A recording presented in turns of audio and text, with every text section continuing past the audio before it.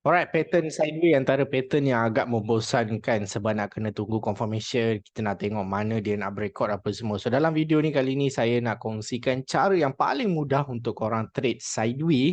Macam mana kita nak tengok confirmation, macam mana kita nak tunggu structure dia yang betul. Lepas tu macam mana kita nak target dia akan pergi ke mana, okay? Macam mana letak SL, macam mana letak TP akan dikongsikan dalam video ni. Jadi video ni okay, akan membantu korang improve skill macam mana nak trade sideway.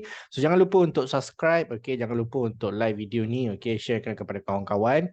And then kalau korang ada soalan apa semua, bolehlah tinggalkan komen di ruangan komen di bawah. Okay, so tanpa nak melengahkan masa, alright. So saya terus pergi ke chart. Korang boleh nampak ini adalah some random chart, bukanlah chart yang memang ni, tapi saya nak jadikan contoh lah. Okay, ni adalah chart USD CAD. Korang boleh tengok dekat sini. Okay, so first of all, okay, sebenarnya kalau kita nak tengok sideway ni, of course yang pertama sekali kita nak tengok trend. Sebab apa? Sebab kebiasaannya, okay, kalau harga menaik dia akan mendata, okay, dia akan mendata macam ni. Lepas tu, okay, lepas tu dia akan ada breakout ke atas and then dia sambung trend dia lah. And then dia benda yang sama juga bila berlakunya dalam keadaan downtrend, okay, dia down, dia dalam keadaan sideway, okay. Lepas tu dia buat satu pattern sideway and then dia breakout ke bawah and then dia continue push ke bawah. So ni ada yang akan cakap, okay, ni adalah rally base rally ataupun drop base drop, okay. So ya, lebih kurang sama, tak ada masalah, tapi saya hanya nak fokus kepada pattern sideway dekat sini. So first of all, korang boleh tengok trend, tapi obviously, okay, bila berlakunya sideways, sebenarnya market mungkin boleh buat perubahan trend tapi juga boleh ikut trend. So kenapa berlakunya sideways? Okay, sideways kalau kita tengokkan berlakunya kebiasaannya adalah sebenarnya dia tunggu event. Okay, event macam news lah. Dia tunggu news. Alright, news macam contohnya kalau berkaitan US dollar, okay, news US dollar iaitu CPI, NFP, FOMC, okay. So kebiasaannya sebelum beberapa hari data news ni keluar kan, dia akan sideway, okay. Jadi mungkin beberapa hari sebelum news yang besar tu market akan sideway, jadi kita kena layan sideway je lah, okay. So mungkin news ataupun untuk perubahan trend, okay. Dia mungkin nak membuat perubahan trend lah, okay. So kebiasaannya ni dua benda lah yang boleh berlaku, membuatkan harga sideway, okay, and then mungkin dia berubah trend daripada uptrend pergi downtrend ataupun downtrend pergi uptrend ataupun tunggu news. Dua benda ni je yang boleh membuatkan dia sideway, tapi kebiasaannya yang pertama sekali adalah news yang membuatkan dia berlaku sideway. Okay, so ni adalah USD CAD. So time frame yang kita nak tengok adalah kita nak tengok daripada H1. Okay, so kita tak payah tengok H4, kita tak payah tengok H daily. Sebab kalau korang scalper dan juga intraday punya trader, maksudnya orang yang in and out untuk hari ni, okay, maksudnya korang entry dah profit close, besok trade lain. So korang boleh guna time frame ni H1, okay. So H1 first of all kalau kita tengok kan, okay, kita kena lukis side, kita kena lukis resistance, okay, dan kita akan guna support. Alright, so kalau kita boleh nampak dekat sini kan, kita ada resistance, kita akan ada support. So ni adalah konsep yang paling simple, yang paling penting, okay. Dan kalau korang baru trade ke apa, benda ni akan membantu korang untuk nak fokus kepada macam mana lepas ni boleh trade sideways. So first of all H1, kita tengok time frame H1.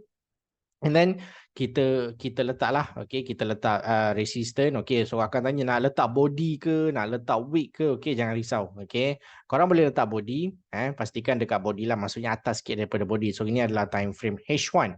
So bila kita pergi ke time frame M30, kat sini kita kena buat adjustment sikit, okay. So adjustment yang pertama adalah kalau korang tengok, dia sebenarnya harga agak tak betul, kita boleh nampak, dia macam kurang cantik kan, okay. Sebab kat sini kita ada body, kat sini pun kita ada macam harga reject. Jadi we need to see, okay, we need to see some body structure lah, okay. Kita kena ambil body, yang ni pun kita kena buat adjustment, okay. Yang kedua adalah kita kena tengok, ada kata kalau harga berjaya keluar daripada sini, dia akan pergi ke mana.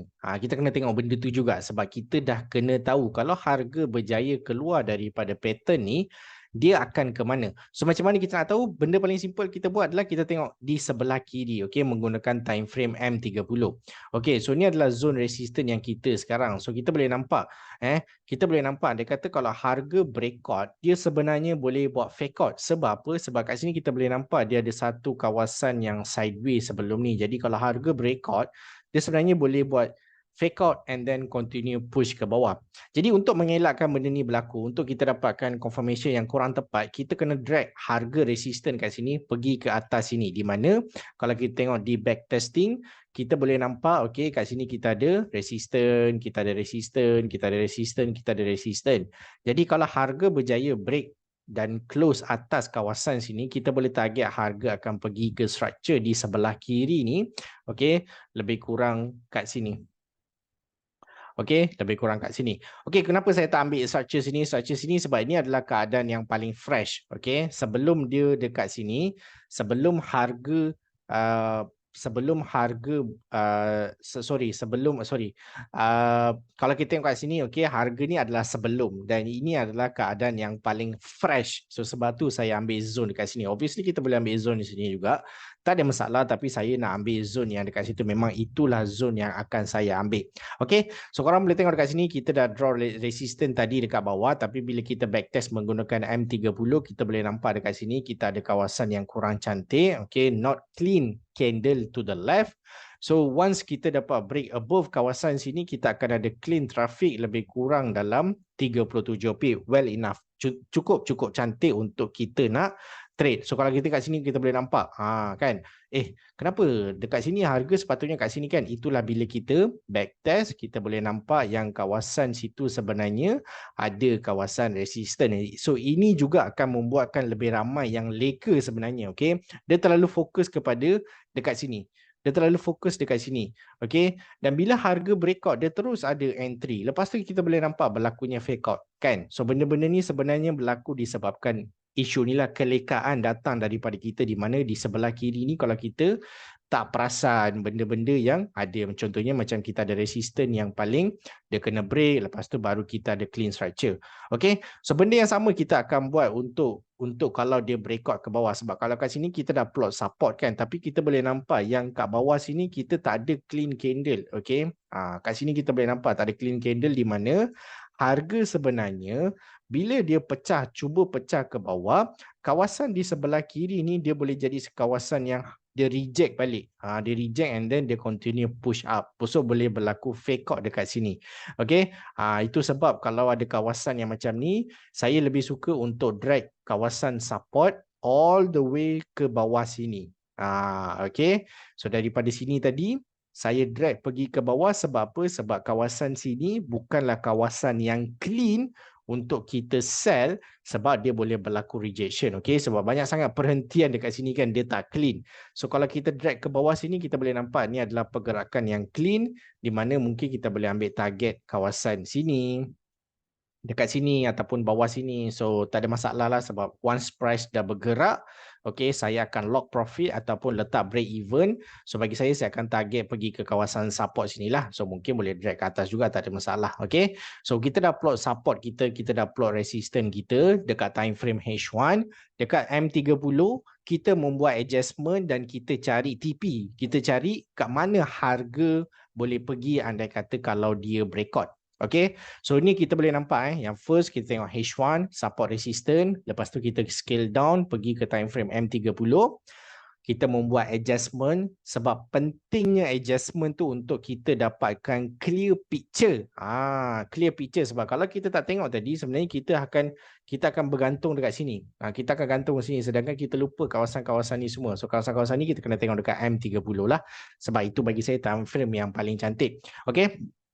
Dan kita juga boleh pergi ke time frame M15. Okay, so M15 juga kita boleh buat adjustment. Macam contoh kat sini kita boleh nampak dia macam ada structure kat sini. So kita boleh buat adjustment. Always draw your line dekat body.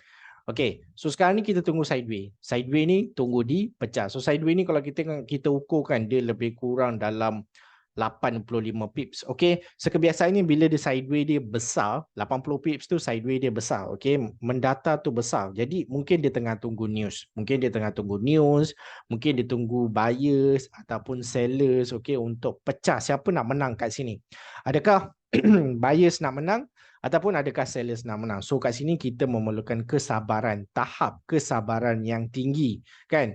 Sebenarnya ramai yang dia tak sabar, dia buat apa? Dia ambil entry bila harga dia naik je sampai je kawasan resisten, dia ambil order sell. Dia konon-konon nak turun, lepas tu dia menaik. Sebab apa? Sebab kat sini dikatakan adalah sideways. So bila harga tengah sideways, tolong jangan trade. Okay, tolong bersabar. It's part of the game. It's part of the human trading system. Alright, memang kita kena layan sebab kita memang nak profit, tapi pada masa yang sama kita nak perlukan setup yang berkualiti cantik, tinggi untuk kita entry. Okay, so sekarang ni kita dah tahu, kita dah plot, kita dah buat analisis kita, kan. So macam mana kita nak tahu yang kat mana berlakunya confirmation, kat mana berlakunya untuk kita entry. So apa yang kita kena buat adalah kita kena tunggu sama ada candle breakout resistant ataupun support. Okay, so ni adalah kawasan resistant kita.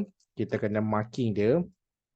So for the education purpose kat sini, okay, saya letak support, saya letak resistant. Alright, so kita ada resistant, kita ada support. Sekarang ni kita kena tunggu untuk harga break and close, okay. So macam mana break and close? Kita kena pastikan body break and close. Body kena break and close atas kawasan resistant untuk kita execute entry target sampai TP kita. Okay, so saya repeat balik, macam mana kita nak tengok dia breakout ke atas dan mendapatkan confirmation adalah kita kena tunggu untuk body candle M30 close atas macam ni. And then mungkin kita boleh ambil order di candle yang baru untuk dia continue push menaik. Okay, so kita boleh ambil entry kita di candle yang baru dan kita akan letak SL dalam 20, 25 pips, 30 pips bawah structure candle breakout ni. Okay, ni candle breakout kena close atas and then kita boleh execute di candle yang baru ni. Okay, ni adalah kaedah yang pertama. Kaedah yang kedua adalah bila kadang-kadang kita tengok, kan, dia breakout, dia akan terus breakoutnya macam ni. Macam ni macam mana? Saya nak tunggu candle close atas, tapi dia dah macam ni. So apa kita boleh buat adalah kita tunggu untuk dia buat continuation maybe, okay, dan datang balik. Mungkin dia buat satu pattern retracement, okay, dia buat retracement macam ni. Kadang-kadang dia tak akan masuk lah, kan, dia tak akan masuk ke dalam zone tu, okay, agak-agak je, kan. And then kita kena tunggu untuk candle close bullish and then baru kita boleh execute kita punya entry kita. Means kita buy dekat candle sini, kita letak bawah support SL dan kita target lah lebih kurang target sini balik ataupun mungkin dalam 25-30 pips. Ni adalah kaedah yang kedua untuk kita buy. Okay, yang pertama tadi candle close atas, okay, candle close body close atas M30 close atas kawasan resisten tapi tak jauh sangat daripada zone. So sebab tu kita terus entry di candle yang baru. Untuk yang kedua ni, okay, kaedah yang kedua ni sebab candle close atas tapi jauh sangat daripada zone, okay. So ni pun penting juga, bila candle dah close jauh daripada zone, korang kena tunggu next structure. Kena tunggu dia buat satu retracement, lepas tu baru korang boleh masuk order. Sebab apa? Sebab candle bila dah jauh daripada zone tu agak bahaya untuk nak entry buy, okay. So itu adalah buy. Untuk sell pula, untuk sell pula, benda yang sama, kita kena tunggu untuk bearish candle break and close bawah kawasan support. Andai kata kalau dia close macam ni, kalau andai kata dia close bawah kawasan support tapi dia tak jauh sangat daripada zone, macam ni lebih kurang dalam 10 pips, okay, 10 pips okay lah, tapi kalau 15 pips, 20 pips, korang kena tunggu retracement, okay. So dalam keadaan macam ni, korang boleh ambil order di candle yang baru untuk harga continue push ke bawah. Okay, so SL korang boleh letak atas kawasan sini sebab candle ni candle breakout. So kat sini kita akan ada structure, okay, breakout. So kita nak, mungkin candle boleh buat wick sampai sini and then continue push ke bawah. So kat sini kita tak menggunakan retracement sebab apa? Sebab ya, price close bawah support tapi masih ada ruang lagi lah untuk dia drop. Jadi kita tak tunggu retracement, kita menggunakan volume ketika dia breakout. Sebab bila harga breakout ni, sama ada breakout support, sama ada breakout resistance, dia sebenarnya ada momentum yang kuat. Jadi kita nak menggunakan driving force momentum tu, kekuatan tu, kelajuan tu untuk kita ambil entry dan kita terus profit. So kita tak tunggu retracement lah. Ini kaedah yang pertama macam tadi untuk buy kan. So kaedah yang kedua adalah kita tunggu retracement. Okay, kita tunggu retracement di mana mungkin candle dah close jauh daripada zone macam ni. So bila dia dah jauh macam ni, mungkin kita tunggu dia buat structure macam ni. Okay. And then kita tunggu dia buat retracement. Okay. Kita tunggu dia naik balik, datang balik. Of course, kita tunggu di zone lah. Tapi kadang-kadang tak sepatutnya dia masuk dalam zone. Jadi kita tunggu retracement je lah. Mungkin kadang-kadang dia macam ni je. Dia macam ni. Dia tak masuk pun dalam zone. Okay. Dia buat satu candle macam ni, macam candle doji. And then kita dapatkan satu candle close bearish. Kita expectkan dia sambung turun. Okay. So keseluruhan dekat sini saya menggunakan time frame M30. Okay. Jadi sebenarnya boleh tak menggunakan time frame M15? Boleh, tapi untuk confirmation korang kena tunggu M30 close luar daripada zone support ataupun resistance, and then baru korang boleh scale down ke time frame M15 untuk mencari entry. Okay? Cara entry-nya sama je. Sama ada korang tunggu retracement ataupun kalau korang tengok M30 close dekat dengan zone, korang pergi M15, korang ambil entry di candle yang baru. Okay, so ingat keyword dekat sini, confirmation dekat sini adalah candle kena close. Sama ada kena body dia kena close atas, body kena close atas. Contohnya kalau kita tengok tadi, ni penting sebab apa? Sebab ramai yang leka confirmation ni. Candle kena body kena close atas ataupun bearish candle kena close bawah support untuk kita dapatkan confirmation yang boleh berlakunya breakout. Okay, so yeah, that's all.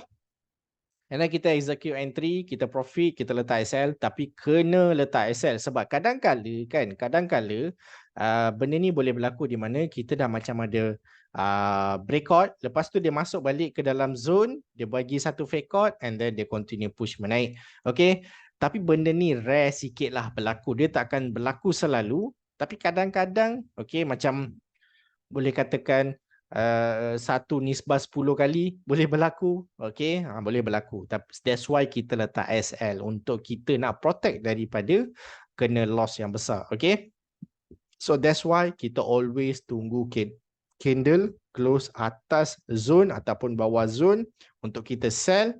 Untuk kita buy, kita tunggu candle close atas kawasan resistance iaitu M30. M15 close ataupun break belum cukup confirmation. Sebab bagi saya M15 ni sepatutnya adalah time frame yang agak kurang confirmation lah.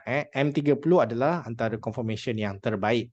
And then jangan lupa, korang juga kena tengok clean traffic di sebelah kiri untuk memberi ruang harga drop dengan cantik. So bila kita ada clean candle di sebelah kiri ni, dia akan membuatkan harga turun dengan cantik ataupun menaik dengan cantik lah. Always fokus benda tu juga. Okay, so ni adalah cara yang paling mudah untuk korang trade sideways. Okay, menggunakan time frame H1, M30 dan M15 sedikit tak banyak. Just menggunakan support resistance je. Just menggunakan candle confirmation sahaja untuk korang entry. Okay, so jangan lupa untuk cuba teknik ni. InsyaAllah akan berkesan. Okay, dan akan membuatkan korang improve. Dan jangan lupa untuk bersabar juga dalam keadaan macam ni. So itu saja daripada saya Samsul untuk video kali ini, iaitu cara mudah trade sideways. So jangan lupa untuk subscribe, follow dan like video ni. Kalau ada soalan, korang boleh letak di ruangan komen. InsyaAllah saya juga akan baca komen-komen yang saya kena reply. InsyaAllah itu saja. So kita jumpa di video seterusnya dalam masa terdekat. Assalamualaikum dan salam sejahtera.